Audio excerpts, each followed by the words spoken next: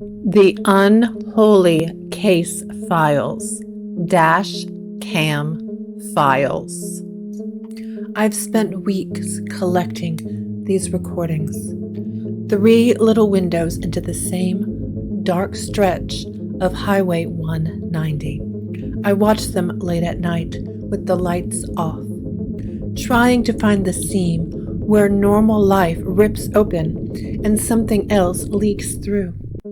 Every time I think I'll get used to it, every time it still makes the back of my neck prickle. The first tape came from a nurse driving home after a double shift. I can almost feel her exhaustion in the steady sway of the dash cam. She yawns, reaches for her coffee, and in the same blink, the dashboard clock jumps forward 17 minutes. No missing frames, no sign of sleep, just a jump cut in time. Her hazard lights blink on as if summoned. Fog spills across the asphalt like milk poured too fast. And in one corner of the footage, a column of shadow unfolds, tall, skeletal, stitched from night. The second belonged to a long-haul trucker. His dashcam rides higher, peering over the fog like a sentry. He tries every radio station, country, talk, gospel, and each one replies with the same child's whisper, counting softly. Later, slowed down, the whispers don't sound like numbers at all. They're syllables I don't recognize, soft as moth wings but sharp as glass. His knuckles are white on the wheel.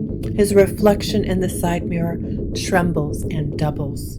The third is the worst. A student driving just to clear her head, alone at midnight. Her dashcam keeps skipping frames, pixels bleeding together like wet paint. She wipes the windshield and 2 silhouettes stare back at her from the back seat. She's alone, but the camera disagrees. Then the fog parts, and a figure walks across the lanes.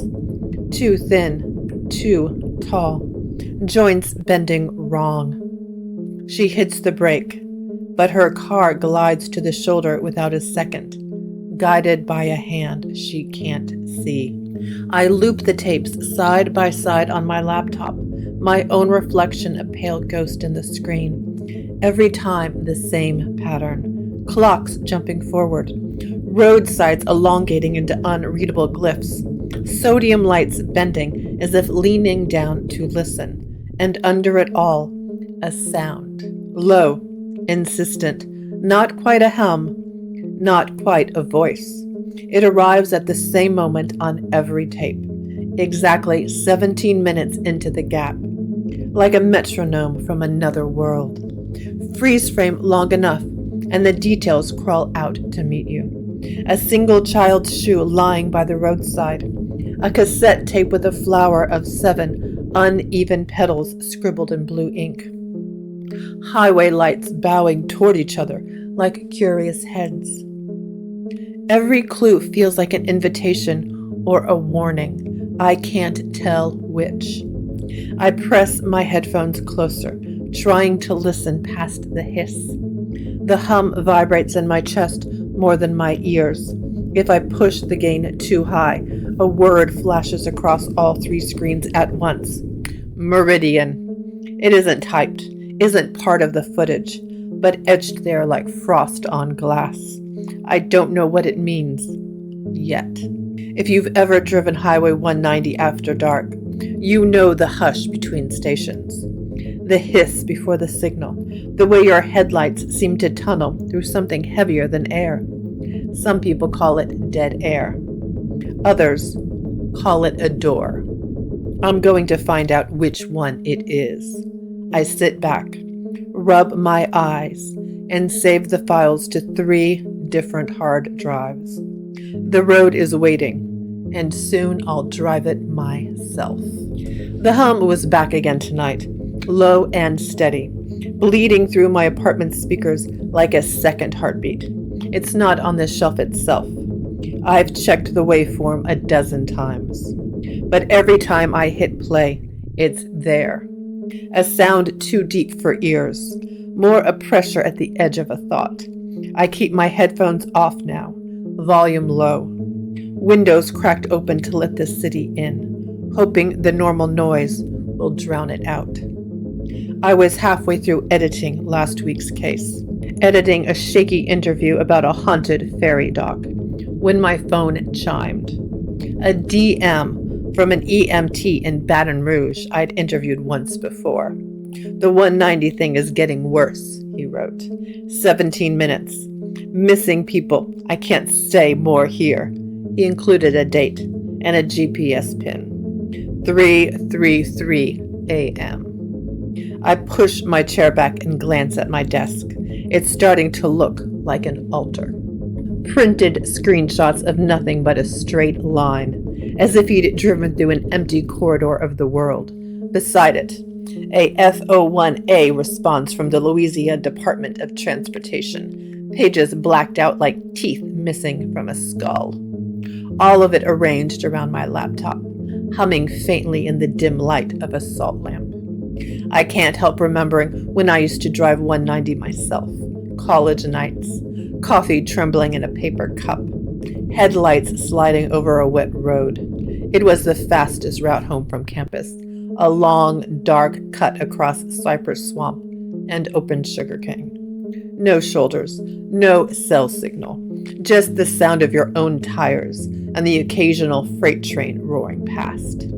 Back then, the road felt lonely, but never predatory. Now, watching these dash cams, it feels like it's leaning in. The EMT's message is clear enough. Whatever's happening, it's peaking at the same time every night.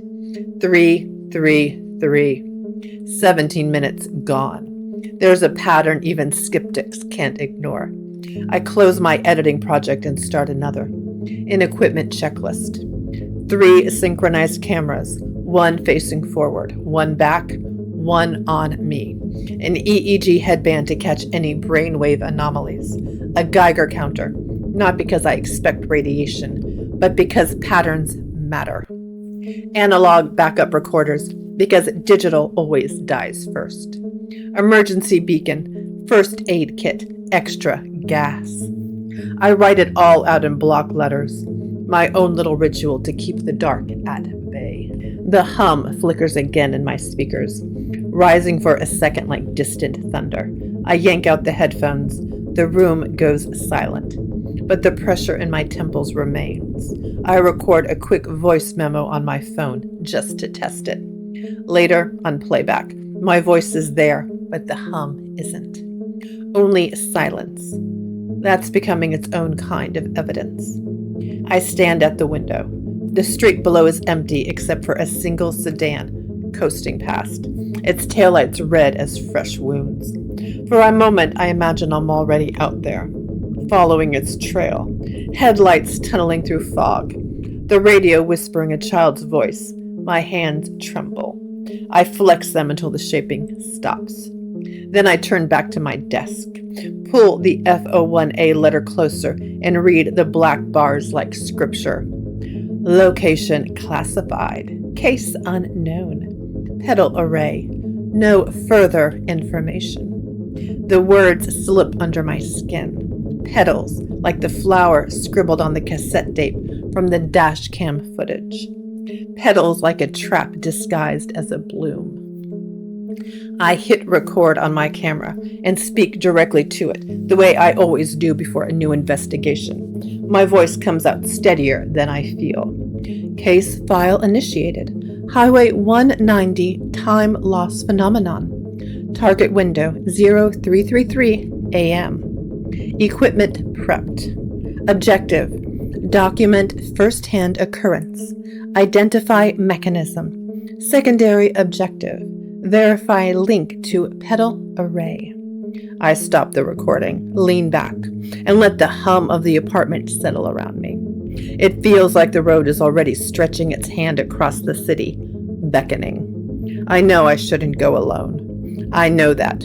But part of me, some stubborn, dangerous part, wants to see what's hiding behind those 17 minutes. The clock on my wall ticks, steady and human. In the glow of the salt lamp, my artifacts lie waiting. Black bars and whispered warnings, all pointing to the same stretch of asphalt. Highway 190. 3:33 a.m. The hush between stations. The door. Interviews. Locals and survivors. I drive out before dusk. The highway curled at the edge of the parish like a dark question mark. My plan was to meet the 3 witnesses one at a time in neutral spaces. A diner, a truck stop, a back porch. I wanted warm light, easy exits, and a view of the road. Somehow, though, the highway found its way into every conversation, its hiss and hum folding over the words like a watermark. I kept my recorder running the whole time. Later, when I layered the tracks together in my editing software, the 3 voices bled into one another, overlapping like an old AM talk radio show caught between stations. You can hear the off-screen sounds too, the whoosh of cars, the lonely horn of a freight train, insects in the grass.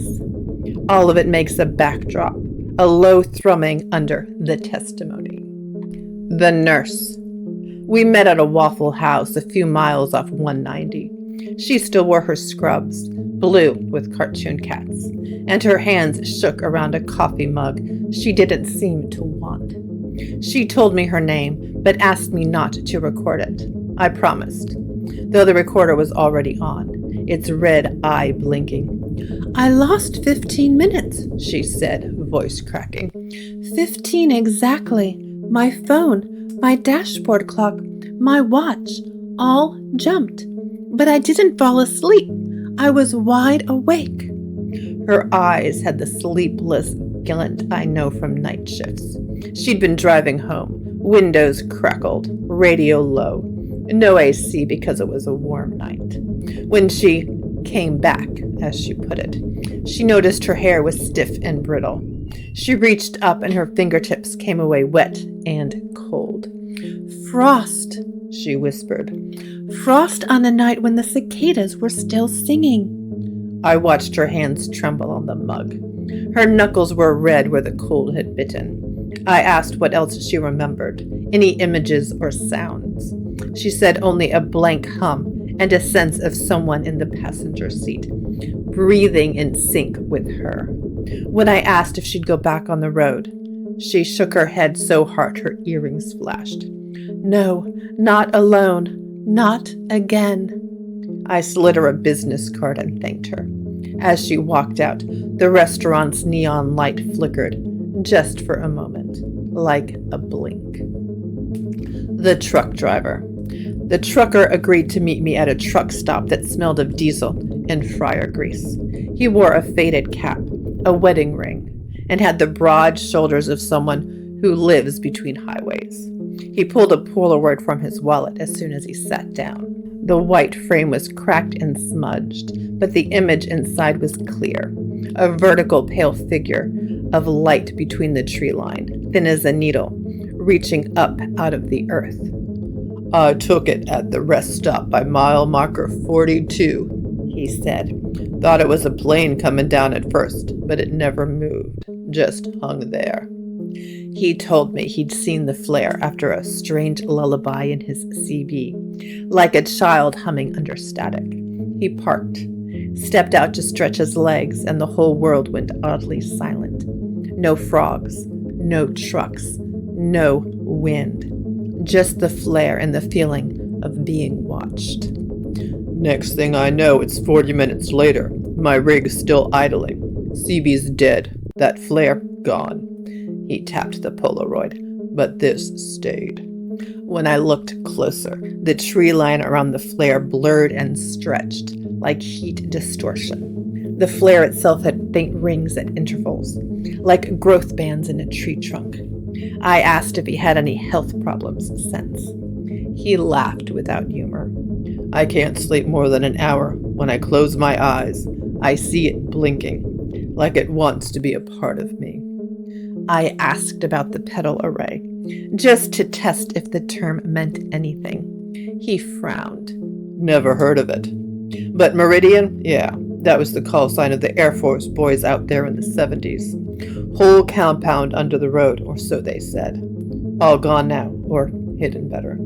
The trucker pocketed the Polaroid, finished his coffee, and left before I could get a release form signed. As his rig pulled out, its taillights glowed a strange, almost pinkish red. The retired state trooper. The trooper's house sat on a back road rimmed with cane fields. He greeted me on his porch with a glass of sweet tea and a wary look. His living room smelled of tobacco and lemon oil. I've seen things on that road, he said without prompting. Things I don't put in reports. Things I'd rather forget. His voice was low and gravelly. He told me about Project Meridian, an Air Force listening post dismantled in 1978. According to him, it wasn't radar but something deeper, a way to listen to the Earth itself. He'd responded to a few accidents near the old perimeter fence, vehicles half buried in mud, with no signs of impact. They closed it up but left the bones under there, he said. Concrete tunnels, copper wiring, antennas planted like roots. Highway runs right over it now. When I asked about time loss, he looked at me for a long moment. You planning on going out there yourself? Yes, I said. Tomorrow night. He nodded once, slow. Take someone with you. Take two someones. Don't rely on your gadgets. They like to eat those first. He tapped a finger on the arm of his chair in time with the cicadas outside. And when the hum starts, don't harmonize. Don't hum back. That's how they hook you. I wrote it all down. His words thudded like stones in my notebook. When I played back the recording later, his voice was steady, but under it, a faint second track of whispering, just a half beat behind. Before I left, he handed me a map of the parish roads, his own notes scrawled in red pen. Mile marker 42, he'd written. Don't stop. Aftermath of the interviews. Driving back to my apartment, their voices hung around me like a halo. I could feel the nurses trembling, see the truckers flare, hear the troopers warning about humming. 3 stories, 1 highway, and a pattern growing sharper. Later at my desk, I layered the audio tracks in my editing software, lining up the timestamps. As they overlapped, an eerie synchronicity emerged, their pauses and sighs syncing like a hidden metronome. And under everything, the hum again, steady and patient, as though it had been waiting for me to notice. I sat back, headphones dangling from my fingers. Outside my window, the streetlights bent ever so slightly. Or maybe that was just my eyes. Tomorrow at 3:33 a.m., I'd be on 190 myself, armed with cameras, sensors, and too many warnings. But tonight, I just listened to the hum and tried not to hum back. Dusk stained the sky the color of weak tea as I hauled the last case of gear down the stairs. The air smelled of rain and exhaust, that heavy in-between weather the Gulf loves to throw at you before night sets in. My Subaru waited at the curb, hatch open like a small animal showing its teeth. Every piece of equipment had its place, and I'd rehearsed the loadout enough times to make it feel ritualistic. 1 part science, 1 part superstition. First, the cameras, 3 of them synchronized to the millisecond. Batteries fresh, lenses cleaned until they caught the light like coins in water. 1 forward, 1 rear, 1 angled at me. The EEG headband nestled in its foam case, electrodes coiled like a sleeping centipede. Geiger counter clipped to the dash mount. Analog tape recorder, heavy, stubborn, blessedly mechanical, slid into the passenger footwell as backup. I double-checked the batteries, then checked them again, watching the little bars climb to full like towers on a map. Dash cams blinked awake, each showing the same familiar parking lot, edges tinted orange from the sunset. I synced their clocks, tapping in the digits by feel. I've learned the hard way that time is the first thing to go crooked, and when it does, you need a baseline to claw your way back. I wasn't hunting little green men. I was hunting silence, the blank spot on the tape. That's what I kept telling myself, not aliens, not conspiracies, just the gap. The 17 minutes that swallowed sound and left frost behind. First, the gap. Measure it. Bring back proof. From my bag, I drew a plain white envelope, sealed with a strip of packing tape. Inside, passwords, a summary of my notes, a small flash drive. Across the front, in black marker, open if something happens to me. I slid it into the glove box, pressed it flat like a votive offering, and shut the compartment with a click. My phone vibrated. A message from the ghost librarian, the contact who feeds me scraps of forgotten documents. "Stay tethered," she wrote. No punctuation, just those 2 words. I stared at the screen for a long moment before typing back. "Always," but didn't hit send. Superstition again. I popped the hood to check cables, as if a faulty battery could explain the things waiting out there. The streetlights flickered on one by one, casting long gold shadows across the Subaru's paint. Somewhere, a train blew its horn, a thin ribbon of sound sliding over the rooftops. I strapped the EEG headband around my own skull for calibration. The sensors felt cool, impersonal, like someone else's fingers pressing along my scalp. The app bloomed with lines and waves. Baseline recorded. I peeled it off and packed it again. Cameras synced. Batteries full. Geiger counter silent. Everything humming but me. Standing there in the half-light, I felt the same vertigo I had the first time I watched the dashcam footage. Like the road was already opening its throat to swallow me. My hands ached from gripping gear. I flexed them, breathed in through my nose, out through my mouth. The way I tell my interview subjects to do when their stories get too heavy. The Subaru smelled faintly of coffee and solder from the equipment. It felt like a capsule, a fragile bubble of my own making, about to be pushed into something vast and predatory. I slid into the driver's seat, resting my forehead briefly on the steering wheel. Tomorrow morning, either I'd be back with footage or I wouldn't be back at all. I started the engine. The dashboard clock blinked 7:07 p.m. Outside, the streetlights seemed to lean a little closer, their glow pooling on the asphalt like spilled mercury. I told myself it was just my eyes, just nerves. I told myself the gear would protect me. I told myself a lot of things. But the home was already there, low and patient, hiding under the engine's idle, waiting for me to drive into its heart.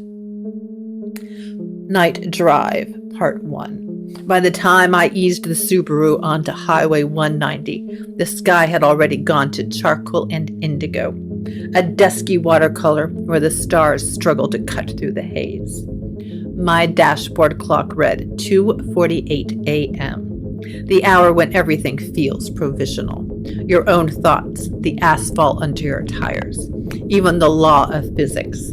I rolled my shoulders back, cracked the windows, and let the warm night air carry in the smell of pine, diesel, and wet earth. For the first 20 miles, it could have been any late-night drive. 18-wheelers rumbled past with the steady patience of glaciers, their running lights glowing like strings of red beads. Gas stations burned neon at lonely intersections, pink open signs, green lottery ads, a flickering Coke machine leaning against a wall. I scanned the radio between static and gospel, landing now and then on a voice lifted in an old hymn, before I dissolved back into hiss. This was the part of the trip I liked best, the lull before the weirdness, where I could pretend I was just a woman on a night drive. The dash cams blinked their tiny red eyes. The EEG headband rode snug against my scalp, and the Geiger counter sat in its cradle like a sleeping animal. All systems humming. My notes from the interviews, the frost, the flare, the trooper's warning not to hum, rolled through my head like a catechism. My first oddity was the billboard, an old hand-painted one for a diner called Odie's, boasting best biscuits on the bayou. I'd seen it earlier in daylight, but 2 miles later, there it was again. Same peeling paint, same corner crease, same spray of ivy curling over the bottom edge. At first, I thought I'd looped back somehow, but the odometer kept climbing, and my GPS dot slid forward. Another 2 miles, and the billboard appeared a third time. My hands tightened on the wheel. Coincidence, I whispered, but my throat felt dry. The street lights began bending after that. It wasn't obvious at first, just a sense of the poles leaning inward, light pooling closer to the center line. But mile after mile, the lamps arched like bowed reeds, their halos overlapping until the road felt like a tunnel. My headlights cut through a shimmering veil of fog that hadn't been there a minute before. I adjusted my rearview mirror, half expecting to see someone sitting in the back seat. Empty. Only my own face looking back, pale and tight. I flicked through radio stations. Static. A burst of gospel. Static. And then a whisper, so faint I thought it was a brake squeal or the hiss of tires on wet asphalt. Pull over. Please pull over. The child's voice again, or something wearing a child's voice. My hand hovered over the dial, but I didn't turn it off. I let it play under my breathing, like a dare. The GPS froze at mile marker 38, the little triangle showing my Subaru locked in place, even though the speedometer read 63 miles an hour. I tapped the screen. It blinked, and then returned the same frozen image, like an insect in amber. The road ahead stretched out unbroken, but my stomach flipped as though I'd driven off the map entirely. I checked the EEG app on my phone, mounted to the dash. The brainwave lines had been steady in alpha, alert but calm. Now they spiked in theta, the band you usually see in deep meditation or the edge of sleep. But I wasn't asleep. My eyes were dry and stinging. My heart thudded too fast. Whatever was happening, my brain was sliding toward a door, even if the rest of me was strapped in. I spoke into the recorder, the voice low, trying to anchor myself. Time 0 plus 22 minutes. Noted visual repetition of billboard. Lights leaning. GPS frozen at mile 38.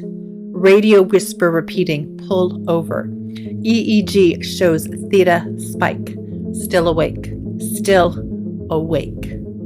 The fog thickened, curling like gray silk across the blacktop. The hum rose under my tires. Not the Subaru's engine, but something deeper, like the road itself was singing through my socks.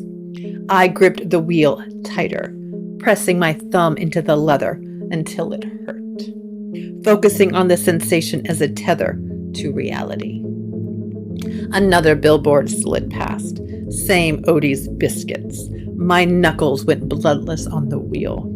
I tried to switch on the rear dash cam manually, but the button blinked out. Front camera still recording. Geiger counter holding steady at background levels. I said it all aloud, as if naming it could keep me safe.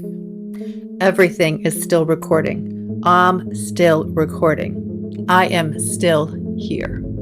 The whisper on the radio grew more insistent, curling under the hem like a root under paving stones. Pull over! Please pull over! Then a soft sigh, like a child disappointed.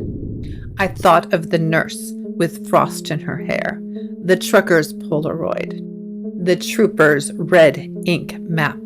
I pressed my foot against the accelerator instead of the brake. The Subaru surged forward. The EEG spiked again. My tongue tasted like pennies. A neon gas station loomed ahead. Its canopy lights flickering. I slowed automatically, eyes on the pumps. But when I blinked, it was gone. No station, no pumps, just dark shoulder and palmetto scrub. My rearview mirror showed a brief flare of pale light behind the tree line, thin as a needle, gone before I could turn my head. I breathed out through my nose, counting, grounding myself. I wasn't lost yet, not yet. The dashcam LED still blinked red. The Geiger counter still ticked softly. My hands were still my hands. I wasn't hunting little green men, I whispered to myself, echoing my earlier voiceover. I'm hunting silence. The blank spot on the tape. The radio static stuttered, then cleared just enough for a child's voice to whisper one more time. Closer now, as if leaning over my shoulder. 17 minutes. The EEG lines crawled up the screen in jagged mountain peaks, theta spilling into delta. My scalp prickled under the sensors. My eyes stayed open, but the edges of the world grew soft, like the moment before sleep when your body forgets to hold itself up. Still awake, I said aloud. Still awake. A deer stepped from the fog onto the shoulder, head up, eyes reflecting not gold, but a flat metallic green. It watched me pass, unblinking. In the rear view, it bent at the waist, joints articulating wrong, and stepped backward into the trees without turning. I clenched the wheel, heartbeat hammering in my throat. The hum under the tires rose into a near audible pitch, almost music, almost speech.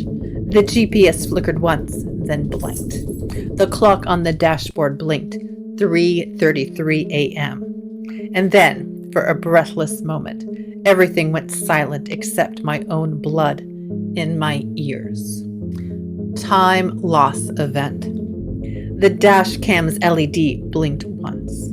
Steady red, then off. Then back on like a heartbeat skipping. My fingers tightened around the reel.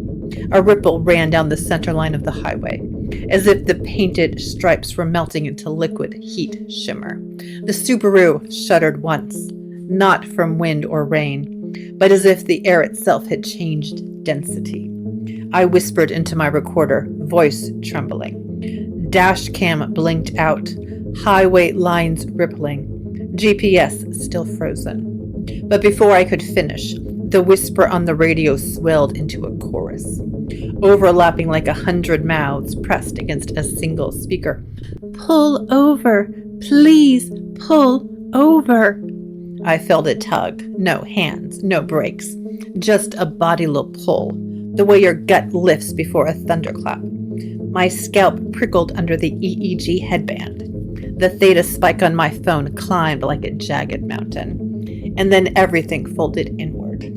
Sight, sound, light, thought, cut to black.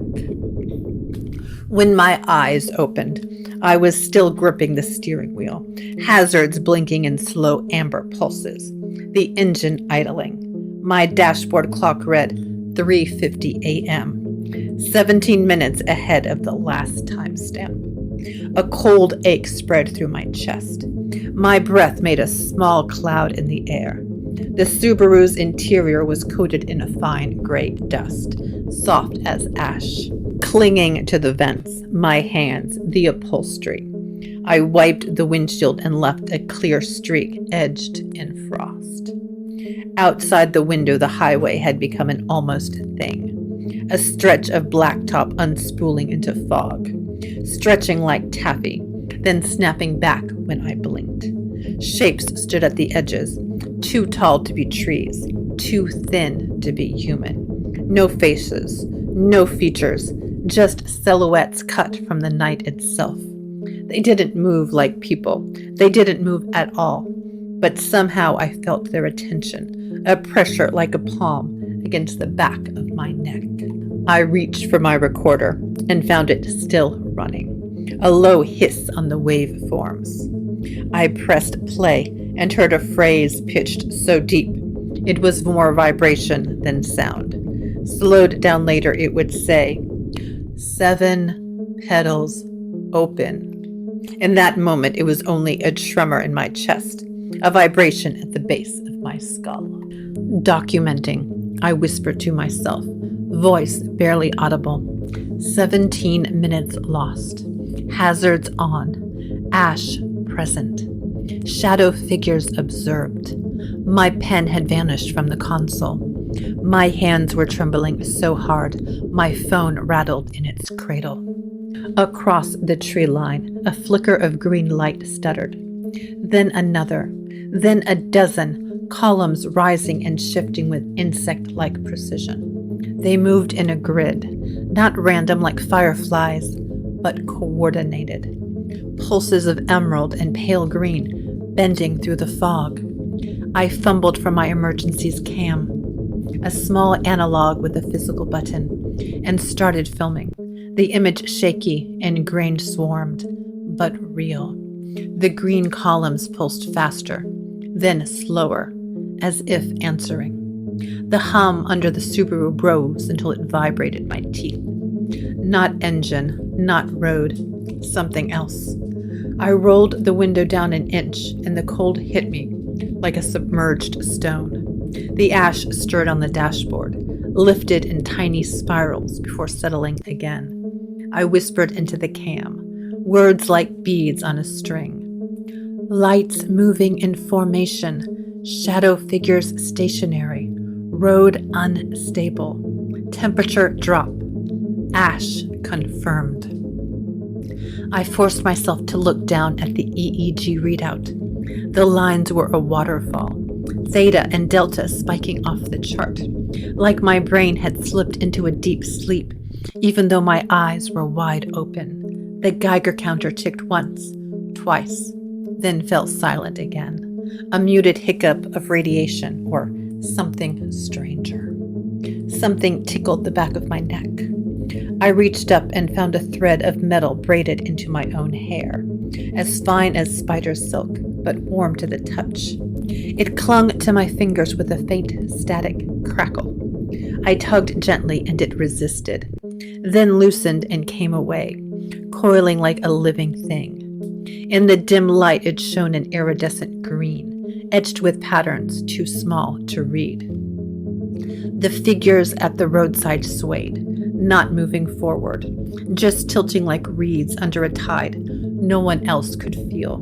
Their faceless heads angled toward me. I couldn't tell if they were warning me or waiting. The radio whispered again, a single syllable I couldn't translate. My hazard lights pulsed in sync. I lifted the emergency cam higher, framing the flickering columns between the silhouettes. The lights shifted. One by one, they blinked out until only 7 remained, arranged like petals around a hidden center. 7 petals open, I thought, though I hadn't heard it yet. My heart thudded so hard, the cam jiggled in my grip. I pressed the button again, willing the footage to stick this time, to be proof and not just another blank stretch of tape. For a moment, everything went impossibly still. Even the engine's idle dropped away, leaving only my own breath and the tick of cooling metal. Then the road snapped back to normal distance with an elastic jolt, like a rubber band let go.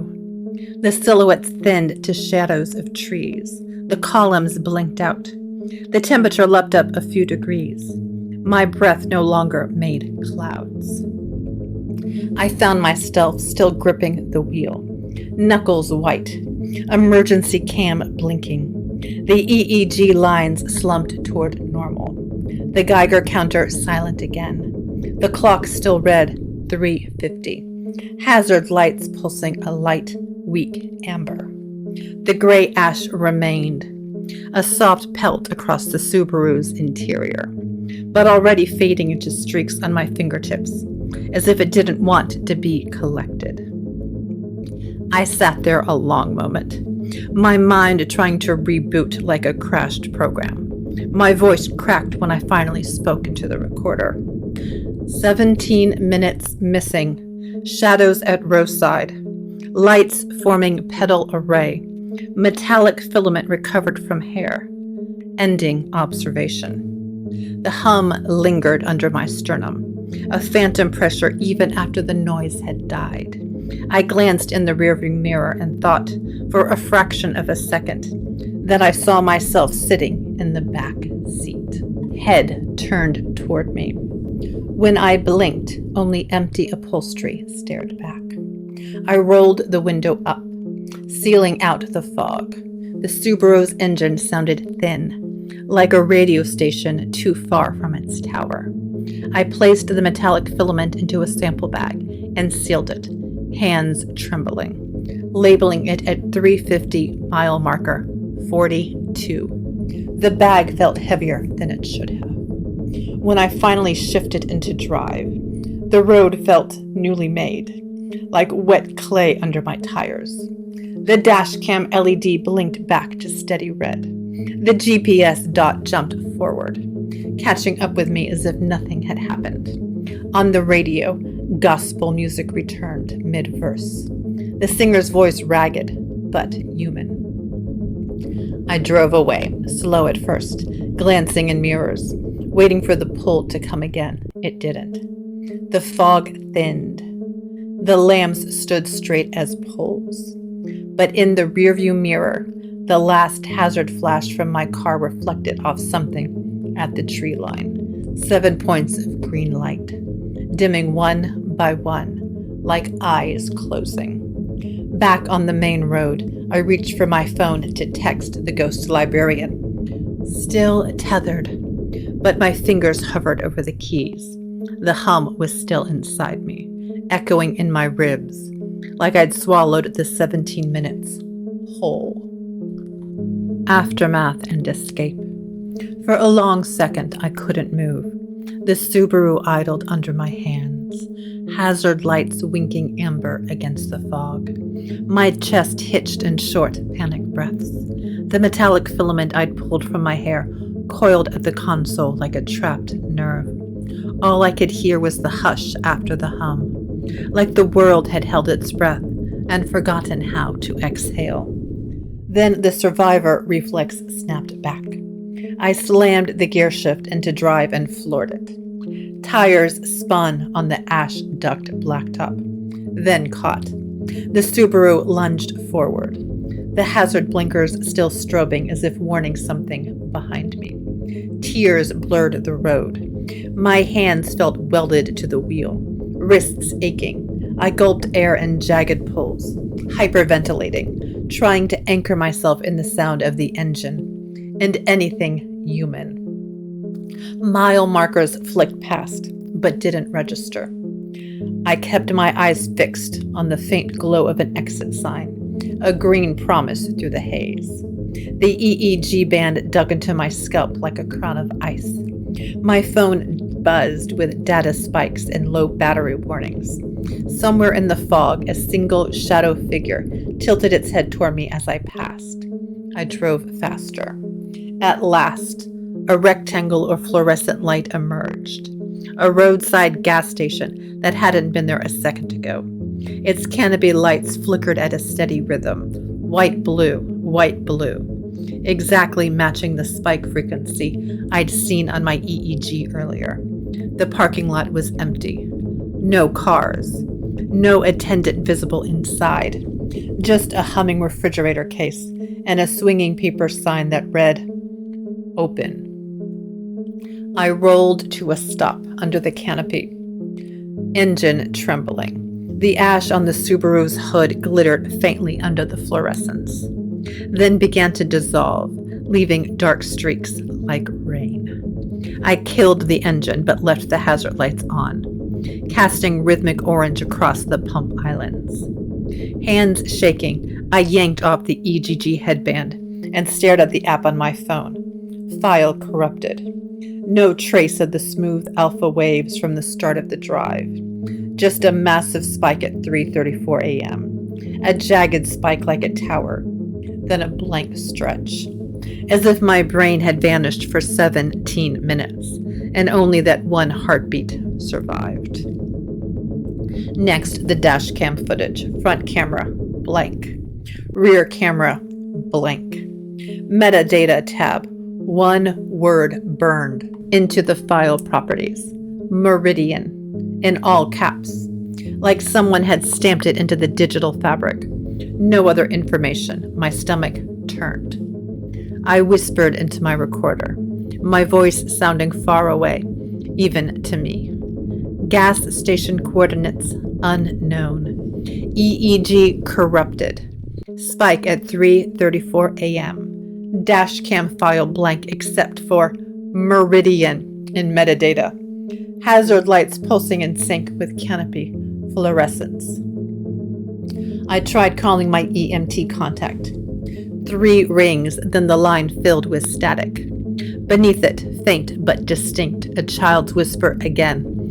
Pull over, pull over.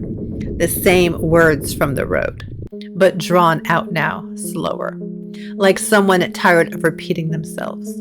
I ended the call, hands slippery with sweat. I forced myself to look around the lot. No movement. The store's interior was lit but vacant. Rows of snacks gleaming under perfect order. A coffee pot sat half full and steaming, though no one had touched it. My own reflection stared back from the glass door, eyes wide, ash smudged along my cheeks. For an instant, I thought a taller reflection stood behind me, faceless, but it was just the shimmer of fluorescence. I backed away, slid into the Subaru, and locked the doors. My breath fogged the inside of the windshield again. I scraped a fingertip along the glass and wrote 17 in the condensation before wiping it away. The engine turned over on the second try. I eased out of the lot. Hazard lights off now.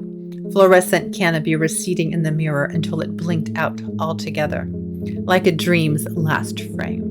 The highway reassembled itself around me. Lanes solid. Street lights upright. Billboards normal. My GPS dot leaped forward as if catching up from a long lag. Driving home before dawn. The sky bruised lavender at the edges. My hands still shook on the wheel. Every noise felt suspect. The whine of the tires, the faint hiss of the radio, even my own breathing. I caught myself checking the clock every few seconds, terrified it would jump again. I narrated out loud just to keep my mind tethered. Departed gas station at 0408 hours. Unknown location. No other vehicles observed. Filament sample secured. Returning to base. The roads were empty. Even the usual truckers had vanished. As the sun began to rise, the fog thinned and the hum receded, leaving only a dull ringing in my ears. When I finally reached my apartment complex, the familiar brick facade felt alien, as if seen from a distance. I parked under the streetlight, engine ticking as it cooled. My hands left pale ash prints on the steering wheel. I sat there long enough for a neighbor to step out for a morning jog, their earbuds in, oblivious to the night's missing piece. Inside, I laid out the filament on my desk like evidence. Besides the FOIA letter, the Polaroid, and the trooper's map. The hum didn't follow me in. Or maybe it did, and had just gone too deep to hear. My phone buzzed once more with a notification. No signal. I collapsed into my chair, still in my jacket, adrenaline slowly bleeding off into tremors. The EEG file open on my laptop looked like a cardiogram of a dying star. Massive spike at 3:34, then nothing. Dashcam folders blank, except for that one word, MERIDIAN. I whispered it aloud, tasting it like a code, like a warning. It felt heavy in my mouth. I shut the laptop and rested my forehead against its lid. Dawn crept through the blinds, painting everything in weak gold. I was alive, shaken but alive. My camera had failed. My sensors had failed. But I'd come back. For now. I thought about texting the ghost librarian, still tethered, but couldn't bring myself to open the app. Instead, I closed my eyes and listened for the hum. Nothing. Just my own heartbeat and the sound of a city waking up. Somewhere out on Highway 190, the road was still humming, still waiting, and somewhere inside me, 17 minutes sat coiled and patient, like a seed planted under frost, ready to bloom.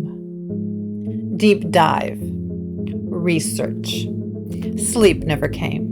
By mid-morning, I'd traded adrenaline for a kind of trembling clarity. My hands still smelled faintly of ash when I signed into the parish public records office. The woman at the front desk didn't even look up from her crossword as she slid a visitor badge across the counter. I pinned it to my jacket and walked into a room humming with ancient machines. Microfiche readers like relics from another age. Yellow folders stacked high enough to block the windows. I started with what the trooper had called Project Meridian. No digital search turned up anything but weather charts and astronomy blogs. So I went analog. Microfilm spooling under my fingers. The flicker of headlines rolling past like a black and white dream. I sat there with a paper cup of burnt coffee, eyes scanning column after column, until the letters swam. Then it appeared. Air Force Base closes after unexplained power event. Baton Rouge Gazette, July 17th, 1978. A grainy photo of a chain-link fence and a tower bristling with antenna. The article spoke in careful bureaucratic language. Sudden electrical anomaly. Substation failure. Relocation of personnel. But in the margins of a second clipping stapled to the back, someone had scrawled in ballpoint, Petal Array disabled. I printed copies and spread them across the table, like cards from a desk. My phone buzzed weakly with the ghost librarian's texts. Links to FOIA indexes. A blurry photo of a schematic labeled Meridian. I felt like I was building a map from torn paper, each scrap pointing to the same underground hum. That afternoon, I drove out to a ham radio operator's house on the edge of the parish. He's been posting cryptic threads about the array for years under an alias. His yard was a forest of antenna and wind-worn satellite dishes, aluminum glinting like frozen lightning. He invited me into a kitchen stacked with transceivers and reels of coaxial cable. They weren't transmitting, he said without preamble, voice a smoker's rasp. That's the mistake people make. They think radar. They think surveillance. Nah. They were listening. The Air Force set these copper roots under 190 to hear something coming through. He pushed a yellowed logbook across the table. Inside columns of frequencies, timestamps, and a notation he'd repeated dozens of times in the late 70s. 7 petals. What does it sound like? I asked. Like pressure. Like when your ears pop before a storm. He leaned closer. And sometimes it would answer, not with words, tones. You send out nothing, you get back music. But not for human ears. I recorded everything, the clock on my phone ticking toward noon. Outside his window, the cane fields stood tall, green spears under a milky sky. He traced a circle on the logbook with one trembling finger. They built it like a flower. 7 listening stations around a buried core. That's why they call it the Petal Array. I thanked him and left with photocopies of his logs. Driving back into town, the phrase clanged in my head like a bell. 7 petals open. Back at the records office, I requested declassified environmental reports from the late 70s. Most were dull, soil samples, water tables, but one map, buried under a stack of photocopies, showed a dotted line under Highway 190 marked Service Conduit Restricted. The dots arranged in a petal shape, radiating from a central hatch, labeled only with a number, no legend. I sketched it into my notebook, overlaying it with the trooper's red ink map. The hatch lined up almost perfectly with mile marker 42, the place where my dash cam had blinked out, the place where the nurse lost 15 minutes, where the trucker saw the flare, where I'd found the filament in my own hair. I paused, rubbing the heel of my hand into my eyes. Around me, the records office had grown quiet, sunlight falling in angled strips through blinds. In the silence, I thought I heard the hum again, just a flicker under the fluorescent lights. But when I tilted my head, it vanished. I started cross-referencing older cases. The bells, the resonance, the portal events, the church tapes from St. Elizabeth's, the fairy dock frequencies, the tree woman's underground chords, everything circling the same theme. Sound as a doorway, tonal symmetry as a key. My files on the bells felt suddenly relevant in a way I didn't want to admit. As the afternoon deepened, the montage of research took on its own rhythm. Click, spool, print, scribble. In my head, the 7 petals became 7 tuning forks, 7 mouths pressed to the earth, listening, waiting, maybe feeding. The final piece dropped into place just before the records office closed. A memo from 1976, tucked into a parish utilities report, half redacted, but one line remained. Test array operational. Signal captured. Gate not stable. Gate, not portal, not wormhole. Gate. My scalp prickled under phantom sensors. I slipped the memo into my folder and thanked the clerk, who didn't look up from her crossword. Outside, the evening had returned. Long shadows stretched across the parking lot. My Subaru sat where I'd left it, a thin film of gray dust reappearing on its hood as though it had followed me from the highway. I brushed it away, and it smeared like pencil lead across my fingers. I sat behind the wheel, papers spread on the passenger seat, and recorded a quick memo. Cross-reference complete. Project Meridian confirmed as Air Force listening post. Not transmission. Petal Array likely an underground antenna or something stranger. Correlation with bells and resonance events high. Next step. Locate the hatch at mile marker 42. The hum rose faintly in my speakers again, even though nothing was playing. This time, though, I didn't yank the cord or shut off the app.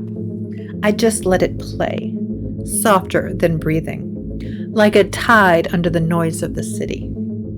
Driving away, I thought about the way sound shapes space, how a bell defines a church, how a dial tone defines a phone line, how a child's whisper on the radio can define the edge of a world.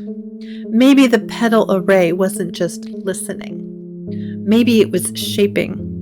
Maybe it was still open. I tightened my hands on the wheel. Highway 190 lay ahead, dark and waiting. The petals had opened once. I had 17 missing minutes embedded in my brain like a seed.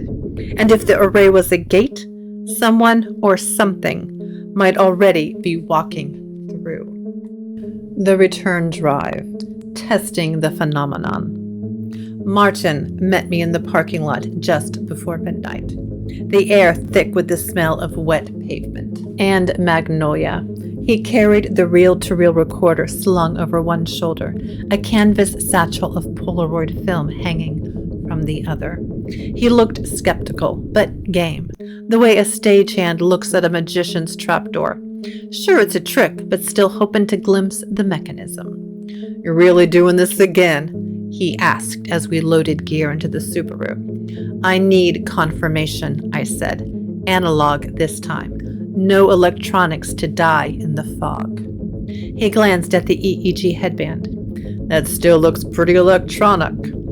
"Backup," I said, "in case analog gives me nothing." We set off toward Highway 190 at 12:30 a.m. Martin fiddled with the compass I'd handed him, spinning the needle just to see it swing back.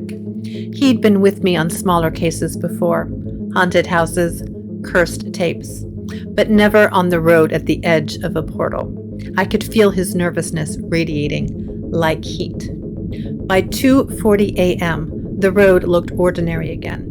Same lights, same wide lanes.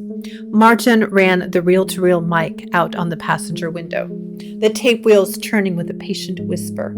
I snapped Polaroids at intervals, flash glaring against the windshield, then sliding them into my pocket to develop in darkness. The EEG readout sat in his lap like a small animal, its lines crawling. "You're expecting fireworks," he said, "but it's just a swamp highway." "Wait," I murmured. "It'll come." It started with the billboard. Odie's biscuits again, this time with the paint flaking like dried seaweed. 2 miles later, the exact same sign. Martin frowned and checked his watch. "Deja vu," he said. "Repetition," I said. "Patterns back." The lights bowed lower after that, halos overlapping, light pooling in the center line until it felt like we were driving through a tunnel of liquid gold. Martin stopped joking. He kept glancing at the compass. "It's spinning," he said finally, holding it out. The needle rotated in a slow circle, never settling.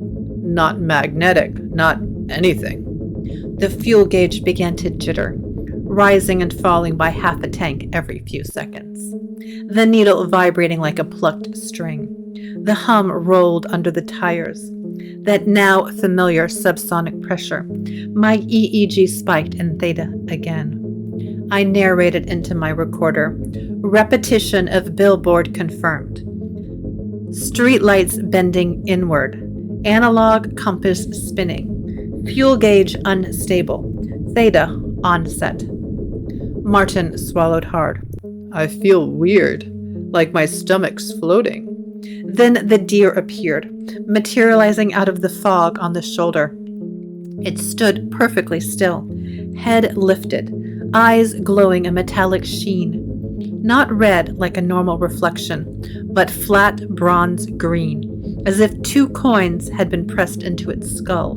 Martin hissed a breath between his teeth. "That's not right," he whispered. The deer's ears twitched, but its body remained frozen, joints stiff. It didn't blink. As we passed, its head rotated fractionally too far, tracking us like a camera gimbal. In the rear view, it stepped backward into the tree line without turning. Each leg folded strangely, like someone rewinding footage of an animal mid-stride. I pressed harder on the accelerator. "Stay awake," I said. "Keep filming." Martin snapped a Polaroid out the window, hands trembling. "If this comes out blank, I'm done," he muttered. The radio static hissed, then cleared just enough for a voice to slip through. Again, the child's whisper, "Pull over, please pull over." This time, Martin heard it too. He turned toward me, face pale. "That's on the tape?" "Yes," I said. "Don't answer it." The GPS froze. The EEG lines vaulted off the chart. My teeth vibrated.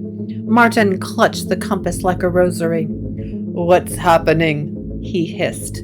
I could only whisper, 17 minutes. The tug came then, stronger than before. A lurch forward and downward, like the moment before a lightning flash and the thunderclap when the air itself compresses. My hands clenched on the wheel. Martin grabbed the dashboard. The hum rose until it was almost a chord, cut to black. When I opened my eyes, the Subaru sat idling on the shoulder, hazards blinking a slow amber pulse. Clock advanced 20 minutes. My seatbelt still across my chest, my hand still on the wheel. Frost glazed the inside of the windshield. The reel-to-reel wheels spun slackly, tape running out into loose silver ribbon across the floor. Martin was gone. "Martin?" My voice cracked. I twisted in the seat, passenger door ajar, empty. The Polaroid camera lay on the floor, its film cartridge ejected, a single undeveloped print hanging out like a tongue. I shoved the door open and stumbled into the median. The fog hugged the ground in thick swirls. "Martin?" Then I saw him, 30 feet away, barefoot in the grass, kneeling with both hands pressed to the earth. Ash coated his palms like gray paint. His eyes were open but distant, lips moving silently. I grabbed his shoulders and shook. He blinked, gasped, and looked at me as if surfacing from a long dive. "What?" he croaked. "Where?" He looked down at his bare feet. "My shoes." I guided him back to the car, heart pounding. Ash smeared across his jeans, his hair damp with frost. He sat shivering in the passenger seat, gripping the dash. "We lost time," I said softly. 20 minutes. He shook his head. "No, I was standing up. I was walking. There were lights, green lights." His voice broke. "They were looking at me." I pressed the Polaroid shutter once. More reflex than plan. The print whirred out and developed in my lap as I started the engine. The fuel gauge twitched wildly, then steadied. The compass needle stopped spinning. Street lights straightened like soldiers at attention. The road snapped back to ordinary blacktop. The Polaroid finished developing, a smear of green columns in the fog, 7 points forming a petal. Martin turned his head away. We drove in silence for a long time, just the thrum of tires and Martin's ragged breathing. My recorder still blinked, but I didn't dare play it back. We had our analog tape, our Polaroid, the ash on his hands, proof and mystery, and equal measure. I spoke into the recorder finally, voice low. "Second run complete. Missing time, 20 minutes. Martin displaced outside vehicle. Barefoot. Ash contamination. Analog compass spin documented. Deer with metallic eyes observed. Polaroid captured partial petal array. Extraction underway." Martin pressed his forehead to the glass. Eyes shut. "Don't come back here," he whispered. "Promise me you won't." But I couldn't promise, because now I'd seen it twice, and I knew the gate was still open. The Petal Array. We were supposed to be heading back to town. Martin's hands still bore the gray fingerprints of Ash, and his Polaroid of the petal lights sat face down on the dashboard like a guilty secret. But the trooper's red ink map lay open between us, and a tiny black dot I hadn't noticed before seemed to pulse at the edge of the page. Service road. Mile marker 42. The hatch. I turned the Subaru down a narrow cut in the trees, gravel popping under the tires. Martin swore under his breath, but didn't try to stop me. The GPS froze again, then winked out altogether. My headlights caught a low concrete barrier with faded warning paint, a gap just wide enough for the car. Beyond it, a one-line road sloped under the highway, like a vein running toward the heart. The deeper we went, the quieter it became. No insects, no wind. The trees arched overhead, woven tight enough to blot the sky. At the end of the road, a slab of concrete jutted from the earth, part bunker, part mausoleum. Someone had once painted a 7-petaled flower on its face. The paint had cracked and flaked, but the shape still lingered like a watermark. Martin stared at it, jaw tight. We shouldn't. I killed the engine. The hum rose up through the ground anyway, a low, even vibration, like standing on the deck of a ship. I grabbed the reel-to-reel recorder and slung it over my shoulder. Martin held the compass, which immediately began to tremble in circles. We pushed on foot to the hatch. Rusted bolts, a recessed handle. When I touched it, the hum deepened, resonant enough to shake my teeth. The handle gave. A seam of cold air puffed out, tinged with metal and earth. Inside, a tunnel sloped downward. Concrete walls lined with copper wiring in intricate patterns, still faintly humming. The air smelled of damp stone and ozone. Our footsteps echoed as if the corridor were larger than it looked, as if we were walking inside the body of some giant instrument. I sat the reel-to-reel on the floor and let it record. The tape wheels turned slowly, spooling up the hum. My phone spectrogram danced with impossible peaks. Formats not found in human speech, each spike like a tower on an alien skyline. Martin held the Polaroid camera tight against his chest, as though a photograph could stop what was happening. It's talking, he whispered. Echoing, I murmured, something layered in vibration. The hum rose another register, still low, but carrying harmonics that flickered at the edge of hearing. Light filaments began to seep from the concrete, strands of pale green and gold weaving upward like roots growing in reverse. They pulsed in time with the hum, threads of light emerging where the copper wiring met the wall, curling into the air like spider silk. Martin took a step back. This isn't a listening post, he said hoarsely. It's alive. I reached for one of the filaments, drawn by the pulse. It hovered inches from my hand, throwing faint sparks onto my palm. My ears filled with a rushing sound, and under it, unmistakably my own voice, whispering from inside the hum. Don't. I froze. The whisper came again, perfectly my own, but pitched lower. A mirror speaking back through static. Don't touch it. I dropped my hand. My knees nearly buckled. Martin grabbed my elbow. We're leaving, he hissed. The filaments pulsed faster, angling toward us like questing antennae.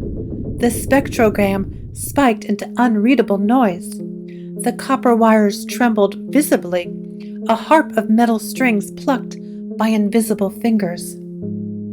We ran. The tunnel seemed longer on the way back, concrete walls flexing at the edges of my vision like the inside of a lung.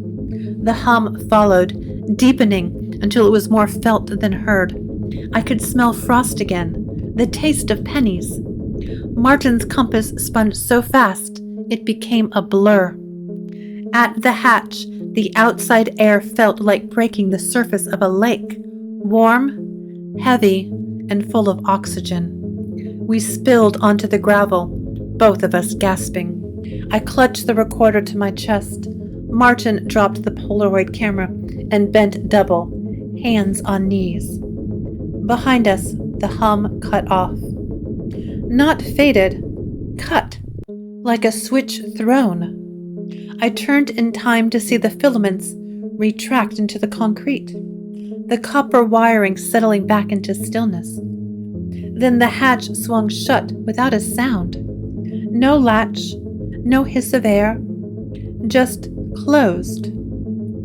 And the painted petals on its face seemed darker than before. For a moment, nothing moved but the trees. The compass needle settled. My ears rang in the silence. I pressed stop on the reel-to-reel with trembling fingers. The wheels slowed to a halt, a thin line of brown ribbon bearing the only evidence of what we'd heard. The phone spectrogram still showed the peaks, non-human formants frozen in time like spines. Martin straightened, eyes wide and wet. "Never again," he said. I couldn't speak. My hand hovered inches from the hatch, feeling for the hum. Nothing. Only concrete. But in my palm, the phantom warmth of the filament still tingled, like a brand waiting to blossom. We backed away slowly. The trees parted overhead, letting in a sliver of light. My Subaru sat where we'd left it, ash settling across its hood like pale snow. We climbed inside without speaking. Driving back up the service road, I felt a strange pressure behind my eyes, as though I'd left something important underground, or brought something out I couldn't yet name. The hatch stayed hidden behind us, the 7 petals fading into darkness, sealing whatever gate they'd built to listen to the earth, or to let the earth listen back. Resolution, editing room, and lingering trace. Back at the studio, dawn had drained the color from the sky, leaving everything paper pale. I set the reel-to-reel on my desk, like a rescued animal, and closed the blinds. The room smelled of ozone, damp earth, and something sweeter. Maybe ash or fear. I brewed coffee I didn't want, and sat down to watch the night unravel. The Dashcam folders opened to blank space. No footage, no thumbnails, no timestamps. Just black squares and a single metadata field pulsing MERIDIAN. My stomach turned. All that effort, all the gear, and the cameras still refused to come back with me. I reached for the Polaroids, one by one. I laid them out across my desk. Most were gray fog, distorted headlights, bent streetlights. But 3 frames showed something else. A faint 7-petaled sigil glowing above the highway like a watermark in the night. Not the green columns exactly, but their afterimage, etched in pale gold. Proof, or at least a ghost of proof. The metallic filament from my hair lay curled beside the keyboard. Overnight, its shimmer had dulled to an inert silver, but when I held it under the desk lamp, I saw lines. Microscopic script etched along its length, like grooves on a record. I fetched my jeweler's loupe and squinted. The script spiraled across the filament, repeating 7 times, each line ending in a shape like a petal. I set up my camera and recorded everything. The Polaroids, the filament, the dead files. My voiceover was steady, but low. A whisper pitched for the dark corners of the internet. Sometimes the road home isn't straight. Sometimes it loops back through the dark and leaves a piece of you behind. I pinned the filament to my wall, next to other case artifacts. The cassette from St. Elizabeth's, the ferry dock's rusted bell clapper, a strip of stained altar cloth, each object a breadcrumb across the map of the impossible. The new filament gleamed among them like a splinter from another world. Outside, morning traffic stirred, but my apartment windows reflected only fog. I rubbed my eyes, leaning back, and for a heartbeat the glass reflected Highway 190's streetlights, bending inward, even though I was miles away. A trick of fatigue, I told myself, a trick. I exported a low-res copy of the spectrogram peaks from the reel-to-reel and labeled the folder Petal Array, Session 2. My hands shook as I typed. The room was silent except for my computer fan and the faint, phantom hum pressing at the edge of hearing. I clicked save and closed the laptop. For a while, I just sat there. The Polaroids spread before me like tarot cards, each petal a possibility. I didn't touch the EEG readout. I didn't call Martin. I didn't call the EMT. The filament on the wall vibrated once, just a quiver, like a hair caught in a breeze, and then lay still. A call from the void. I must have fallen asleep at the desk because the next thing I knew, it was 3:33 a.m. The clock numbers glowed like small wounds in the dark. My phone buzzed once, a blocked number. Against my better judgment, I answered. No voice at first, just the faint hiss of a line stretched too far. Then a child's whisper, clear and cold. Petal 8. My mouth went dry. I whispered back, Who is this? But the line had already gone dead. My phone screen blanked to black, then flickered back to the home screen as though nothing had happened. I looked at the filament on the wall. It glinted under the salt lamp, edges catching light that wasn't there. My own reflection in the dark window looked pale and translucent, and for a moment I thought another face hovered just behind it, too tall and too thin. My hand found the recorder without me thinking. I pressed record and raised the mic to my mouth. My voice cracked but held. Received email at 03:33 a.m. Blocked number. Child's voice. Phrase. Petal 8. The words felt like stones dropping into deep water. The recorder's LED blinked red in the dim room. A small, steady heart. Somewhere below the city, the Petal Array was still humming, a gate still half open. I felt it like the pulse under the floorboards. I thought of Martin barefoot in the median, ash on his palms, eyes unfocused as if staring into a sky no one else could see. I set the recorder down and stared into the camera on my desk. My own reflection looked back, haunted and resolute. If the petals had opened once, there could be an 8th, a hidden one. The hum rose at the edge of hearing, distant but certain, like thunder traveling up from underground. I didn't close the blinds this time. I let the light reflection spread across my window, folding the night highway into my apartment. My finger hovered over stop, but instead I leaned closer to the mic, exhaled and whispered, still tethered. Fade to black. The hum continues. You've been listening to the Dashcam Files. 17 missing minutes. A hum beneath the asphalt and a whisper on the line.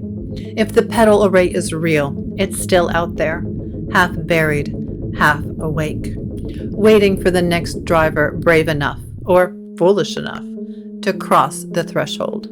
If you've ever driven Highway 190 after dark and felt that pull between stations, send your story.